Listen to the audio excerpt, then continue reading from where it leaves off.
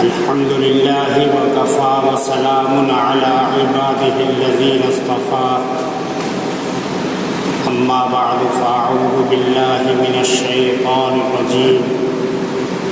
بسم الله الرحمن الرحيم أولئك الذين امتحن الله قلوبهم للتقوى لهم مغفرة وأجر عظيم صدق الله العظيم اللهم صل على سيدنا ومولانا محمد وعلى آله وصحبه وبارك وسلم كما تحب وترضى عدد ما تحب وترضى واجب الاحترام بزرگوں اور دینی بھائیوں، یہ محرم الحرام کا مہینہ شروع ہو چکا ہے اور یہ اسلامی سال کا پہلا مہینہ ہے، اور آج اس مہینے کا یہ پہلا جمعہ ہے، یعنی اس سے پہلے جو مہینہ تھا ذی الحجہ، وہ سال کا آخری مہینہ، اور یہ محرم الحرام کا عربی سال کا پہلا مہینہ ہے۔ اللہ سے دعا ہے کہ اللہ اس سال کو ہمارے لیے خوشیوں کا سال بنائے، اور اللہ تعالیٰ اس آنے والے سال میں جو بھی پریشانیاں، بیماریاں، مصیبتیں ہیں، اللہ اپنی رحمت سے ان سب کو دور فرمائے۔ اس مہینے کے اندر بہت سے اسلامی واقعات پیش آئے، بڑے بڑے واقعات پیش آئے، اور بدقسمتی سے اسی مہینے کے اندر ایک واقعہ یہ پیش آیا کہ امام الانبیاء خاتم النبیین حضرت اقدس محمد الرسول اللہ صلی اللہ علیہ وسلم کے چہیتے اور لاڈلے نواسے حضرت امام حسین رضی اللہ تعالی عنہ کو میدان کربلا میں جام شہادت نوش کرنا پڑا، یعنی اس مہینے کی 10 تاریخ کو، 10 محرم الحرام کو حضرت امام حسین رضی اللہ تعالی عنہ میدان کربلا میں شہید ہوئے اور اپنے گھر کے بہت سے لوگوں کے ساتھ شہید ہوئے۔ یقیناً حضرت امام حسین کی شہادت ایک مظلوماً شہادت ہے، اور آپ کے اوپر یقیناً ظلم کیا گیا، اس میں کوئی شک و شبہ نہیں۔ لیکن اس کے علاوہ اس مہینے کے اندر اور بھی بہت سے واقعات اسلام کے پیش آئے، لیکن بدقسمتی سے آج ہم لوگ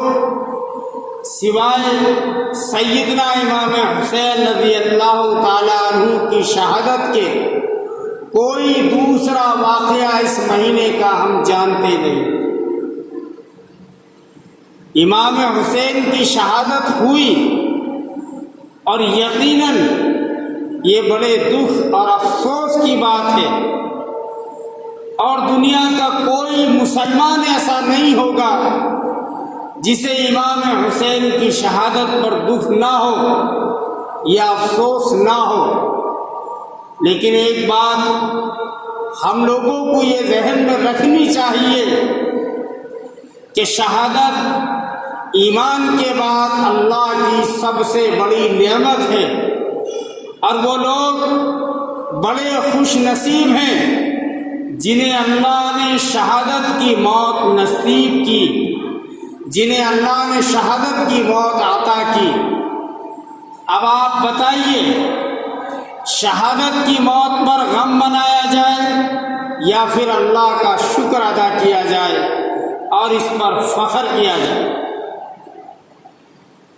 ہر مسلمان کی یہ خواہش ہوتی ہے، ہر مسلمان کی یہ تمنا ہوتی ہے کہ اللہ جب تک مجھے زندہ رکھے، ایمان کے ساتھ، اسلام کے ساتھ زندہ رکھے، اور جب میری موت آئے تو ایمان والی موت آئے، کلمے والی موت آئے، شہادت والی موت آئے۔ ہاں، غم ایک فطری چیز ہے، تکلیف ایک فطری چیز ہے، ہم انسان ہیں۔ اچانک ہمیں خبر ملی کہ ہمارے فلاں رشتہ دار کا یا فلاں دوست کا یا فلاں کسی جاننے والے کا انتقال ہو گیا، موت ہو گئی، سنا، دکھ ہوا، افسوس ہوا۔ لیکن یہ کون سا طریقہ ہے کہ جب سال کے اندر وہ مہینہ آتا ہے یا وہ تاریخ آتی ہے، ہم پورے سال خوشیاں مناتے ہیں، لیکن اس مہینے میں آ کر ہم غم کے اندر ڈوب جاتے ہیں۔ پہلے سے یہ ذہن بنا کر رکھا جاتا ہے کہ فلاں مہینہ آئے گا، اس مہینے کے اندر ہم کوئی نئے کپڑے نہیں بنائیں گے، ہم شادی بیاہ نہیں کریں گے، اس مہینے کے اندر ہم کوئی خوشی والا پروگرام نہیں کریں گے، بلکہ اس مہینے کو غم زدہ حالت میں گزاریں گے۔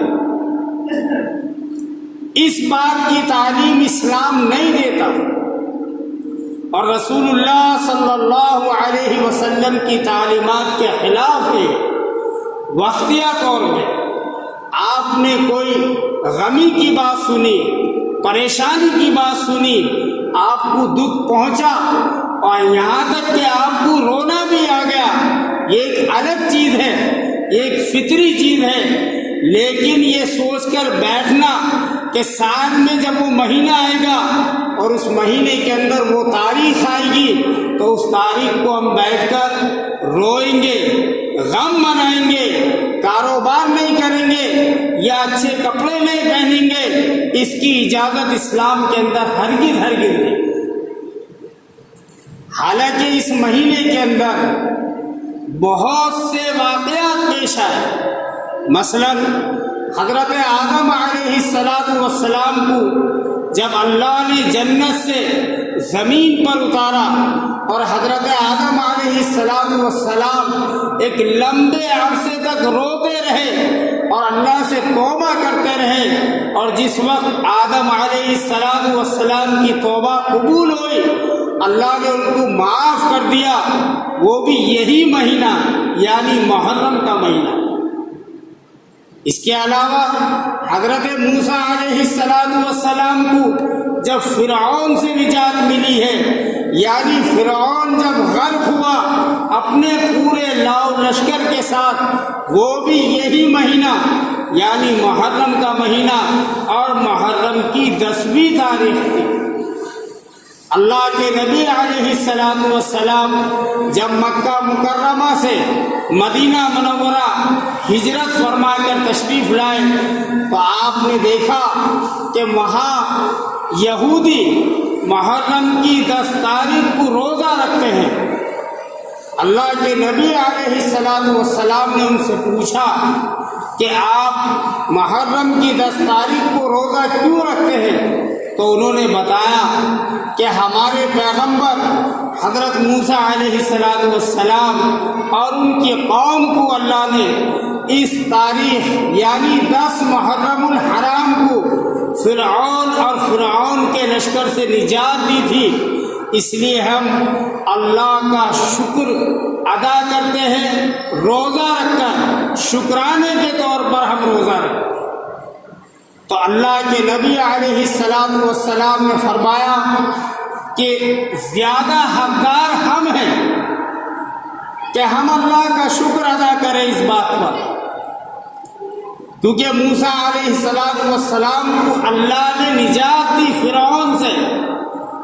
تو ہم پر زیادہ حق ہے کہ ہم اللہ کا شکر ادا کریں۔ اور اللہ کے نبی علیہ السلام نے فرمایا کہ ہم بھی اس دن